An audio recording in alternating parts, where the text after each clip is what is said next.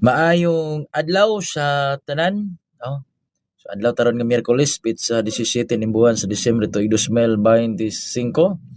So kaghapon nga adlaw, dunay winner sa 604 bahaw na to ni og 5 to 5 target, no? So uban po ni paghahatagan nako ni nga kombinasyon. Pero gamay ra nakadaw kani. So diri nang ta focus ta pagkaron, no? Ang karon nga akong ihatag mga kasyubot mga pangga, akong ibutan sa comment section aron nga masiguro ninyo og kakuha aron nga inyo mapatdan. So lantawan ninyo sa comsec diha nako ibutang akong ipin comment. Ay kumpiyansa ha kay basin og ikaw nga naglantaw karon, usa ka nga makadaog unya og palaron ta. Pero ayaw ninyo siguro kay lingaw-lingaw ra ning ato. Wa ta masayod og unsay mo gawas, no?